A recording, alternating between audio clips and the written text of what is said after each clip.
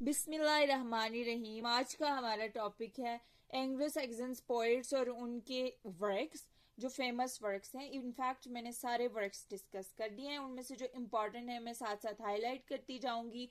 और मजे की बात यह है कि मैं आपको साथ में ट्रिक्स भी बताऊंगी कि किस वर्क को कैसे याद रखना है, ठीक। और उससे पहले मैं आपको हर एक जो मेन टॉपिक ये जैसे मैंने हाईलाइट किए हुए इनके बारे में थोड़ा कॉन्सेप्ट भी बताऊंगी। गौर से सुनेंगे तो आपका कोई भी एमसीक्यू स्किप नहीं होगा इंशाल्लाह। सॉरी मैं हेडिंग देना भूल गई। इंपॉर्टेंट वर्क्स को डिस्कस करूंगी और इंपॉर्टेंट पॉइंट्स को डिस्कस करूंगी। ओके पहली चीज जो मैंने आपको पिछले वीडियो में भी बताया था, जब मैंने थोड़ा बहुत ओवरव्यू दिया था एंग्लो नॉर्मन के लिटरेचर पे, प्लीज उसको विजिट करें। उसमें मैंने बहुत सारे एमसीक्यूज भी हाईलाइट किए थे कि ये भी आ सकता है, ये भी आ सकता है, एक्सेट्रा। आप उसको भी प्लीज विजिट करें। उससे पहले जो है मैंने लिटरेरी डेवलपमेंट पे भी एक वीडियो बनाई है, आप उसको भी स्टडी करें कि क्या कौन कौन सी लिटरेरी डेवलपमेंट्स हुई थी, कौन लाइक ऑक्सफोर्ड बनी थी, कैम्ब्रिज बनी थी, और क्या क्या हुआ था, सारी चीजें 100 years वार सारा कुछ डिस्कस किया। मैंने उसके अंदर अभी जो है मैं ये डिस्कस करने वाली हूँ। सबसे पहले मैंने लिखा हुआ द रोमांसेस। मैंने आपको पिछली वीडियो में भी बताया था कि ये वो रोमांस नहीं है that is between two partners और या फिर किसी के लिए affection, intimacy. No, it is the romance just limited to country. Like आप पेट्रियोटिज्म आप वर्ड यूज कर सकते हैं कि ये पेट्रियोटिज्म पे बेस्ड रोमांस था। उस दौर में बहुत ज्यादा जंगें हो रही थी। इस एज को डार्क एज भी कहते हैं क्योंकि इस दौर में बहुत सारी जंगें हुई थी। उसके अलावा एक जो है बीमारी ताउन भी फैली थी, जिसकी वजह से इसको डार्क एजेस कहा जाता है। और यहाँ से रोमन्स भी चले गए थे, जिसकी वजह से बहुत सारी बिल्डिंग्स तबाह शबाह हुई थी और उनको वापस कैसे बिल्ड करना ये इनको कोई आइडिया नहीं था, तो इसलिए इसको डार्क एजेस कहते हैं, ठीक है। और यहाँ इस दौर में लाइक तारीखी एज कंसीडर की जाती है जिसमें कोई भी डेवलपमेंट खास नहीं हुई थी। वार्स की वजह से भी इसको डार्क एज कहते हैं। तो रोमांस किस बारे में था? पेट्रियोटिज्म। ऑब्वियसली वहां पर वार्स हो रही थी तो हर एक के दिल में जो था वो वतन के लिए मोहब्बत। जैसे बहुत ज्यादा इम्पोर्टेंट नाम है जॉफरी चौसर। इतना बड़ा पोइट है कि इसको किसी और चीज की जरूरत नहीं थी, लेकिन इसने भी वार्स में पार्टिसिपेट किया हुआ है। ये भी एक पेट्रियोट था, ठीक, पेट्रियोटिक पर्सन था। तो सबसे पहले हमारे पास आ जाता है द रोमांसेस। मैंने बता दिया कि ये पेट्रियोटिज्म पे बेस्ड करते थे। जैसे देखें हमारे पास जो इंपॉर्टेंट वर्क्स है ना, इंपॉर्टेंट बुक्स है ना रिलेटेड टू रोमांसेस, तो देखेंगे क्या है, the war of the try. कि वार हुई थी एक जो मिस्र और आई थिंक इंग्लैंड के बीच में हुई थी, ठीक। आई एम नॉट श्योर कि किसके बीच में हुई थी क्योंकि मैंने इस वर्क को स्टडी नहीं किया है, लेकिन ट्रॉय जो है वो मिस्र से, ये पेरिस वगैरह से या टर्की आई थिंक इस तरह से था। दूसरा जो इम्पोर्टेंट वर्क है वो Alexander the great. Alexander the great क्यों कहते हैं? क्योंकि इसने बहुत सारी वार्स जीती थी, ठीक। तो आपको पता चल गया कि वार वाले दोनों वर्क हैं और दोनों इससे रिलेट करते हैं और ये वर्क्स थे, क्लियर। नेक्स्ट जो है विलियम लैंगलैंड। लैंगलैंड मैंने आपको देखें क्लू भी बता दिए कि आपने रोमांसेस पेट्रियोटिज्म पे और पेट्रियोटिज्म वार और ये भी वार से रिलेटेड द ग्रेट, तो ये भी याद हो जाएगा, क्लियर। उसके बाद विलियम लैंगलैंड आता है। विलियम लैंगलैंड में क्या आता है कि इसमें एक इंपॉर्टेंट चीज है कि feudal system was his ideal. Feudal system जो होता है वो लैंड से रिलेटेड होता है, ये लैंड्स वगैरह को डिस्कस करता था। जमींदार जागीरदाराना निजाम था इनका। आप देखिए लैंग लैंड, लैंड आखिर पे आता है, यानी ये यहाँ से भी आप याद रख सकते हैं कि इसका जो इंटरेस्ट था ये जागीरदाराना निजाम था, यानी लैंड्स का निजाम था। फीडल सिस्टम इसका आइडियल था, क्लियर। ये मैंने आपको बता दिया, ये इंपॉर्टेंट बात है इसके बारे में, ये कोई वर्क नहीं है, ओके। उसके बाद सैटिरिक, बहुत इंपॉर्टेंट बात है कि ये जो था ये सटायर करता था किन पे? सोसाइटी की पॉलिटिकल कंडीशंस पे, इकोनॉमिकल कंडीशंस पे, रिलीजियस कंडीशंस पे, चर्च वगैरह पे क्रिटिसाइज करता था। रिलीजियस प्रैक्टिसेस जो हो रही थी उन पे क्रिटिसाइज करता था कि कहाँ कहाँ करप्शन हो रही है, तो इसलिए इसको सैटिरिक कहते हैं। ये हाईलाइट करता था उन तिबकों को, ठीक। दूसरा आर्केइक स्टाइल, यानी इसका जो स्टाइल था वो कदीम स्टाइल था, कोई मॉडर्न स्टाइल नहीं था। इसका इंपॉर्टेंट वर्क जिसने इसके अंदर करप्शन को हाईलाइट किया हुआ रिलीजियस सेक्टर्स की, वो है a vision of Piers and Plowman, okay. ये आपने याद रखना पड़ेगा। उसके बाद क्या आ जाता है दूसरी बात इसके बारे में, he desires no change in institution. कि इसका कोई इंटरेस्ट नहीं था, क्योंकि इसका स्टाइल भी कदीम और ये थोड़ा जागीरदाराना था, और इसके अंदर कोई इंटरेस्ट नहीं था कि इंस्टीट्यूशन को चेंज किया जाए। क्यों? क्योंकि ये कहता था कि अगर हर एक बंदा अपनी ड्यूटी परफॉर्म करे तो आपको इंस्टीट्यूशन में चेंज लाने की ज़रूरत नहीं है, बल्कि अपनी अपनी ड्यूटीज़ में चेंज लाने की ज़रूरत है। अगर वो सब अपना काम करेंगे तो किसी भी चेंज की ज़रूरत नहीं पड़ेगी। ये लैंगलैंड का व्यू था। क्लियर?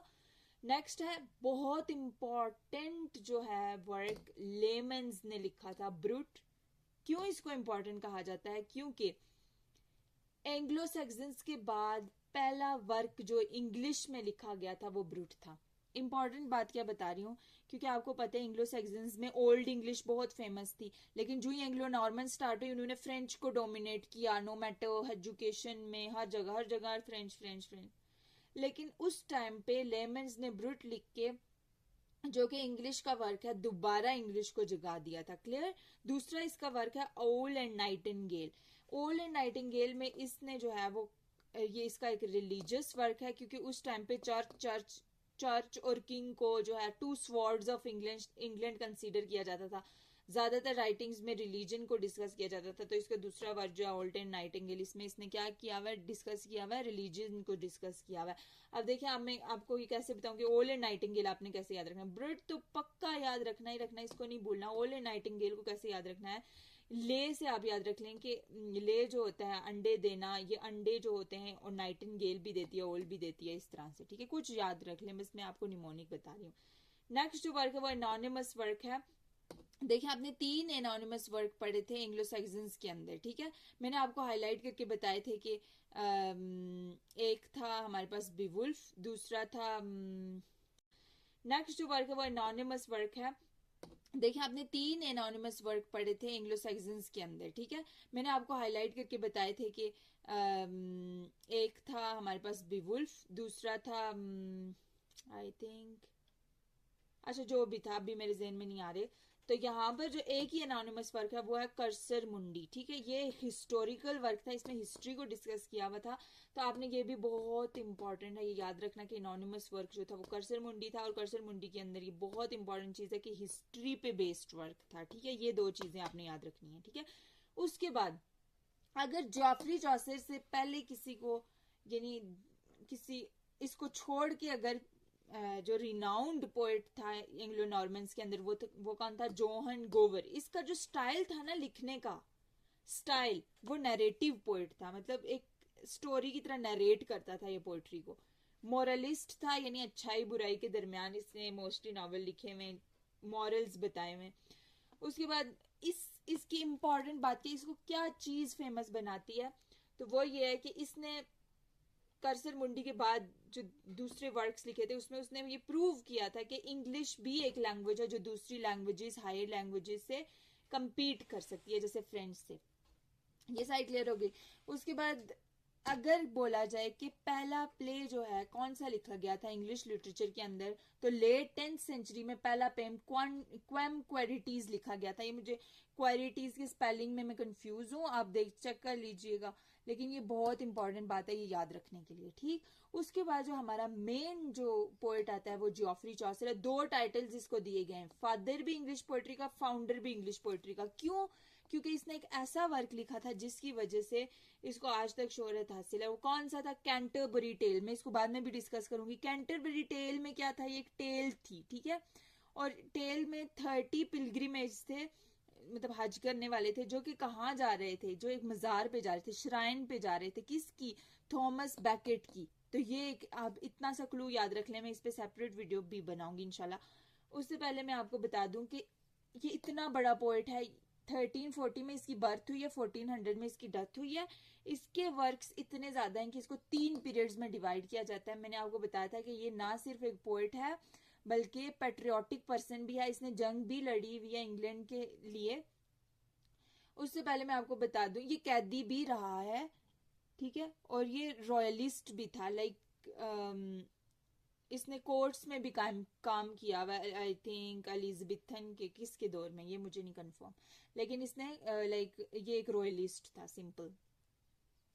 उसके बाद हम दरबारी था, आई एम सॉरी, उसके बाद दिया जाता है फर्स्ट पीरियड। इसके फर्स्ट पीरियड को आप कैसे याद रखेंगे, इसने 3 लैंग्वेजेस में वर्क किया हुआ है, फ्रेंच में भी किया हुआ है, इटाली में भी किया हुआ है और इंग्लिश में भी किया हुआ है। अब अपने कैसे याद रखना है कि पहले पीरियड में उसने कौन सा वर्क, कौन से मॉडल, कौन सी लैंग्वेज में वर्क किया है। तो आप देखें फर्स्ट पीरियड एफ से फर्स्ट, एफ से फ्रेंच, ठीक है, ये हो गया, इस तरह से याद हो गया। टी से टू सेकेंड पीरियड, मतलब टी से टू, और टी से आपको इटालियन ट साउंड आ रही है इटालियन में, तो आप याद रख लेंगे। आप देखेंगे थर्ड पीरियड के अंदर इसने इंग्लिश पोएट्री लिखी है, ये कैसे याद रखोगे, ये 3 जो है इसको आप सीधा करो तो ई बन जाता है ना, तो इंग्लिश पोएट्री यूं कर लो, ठीक। ये क्लियर हो गया कि पहले इसने फ्रेंच मॉडल्स को इमिटेट किया, फिर इटालियन को, फिर इंग्लिश में काम किया, ठीक है।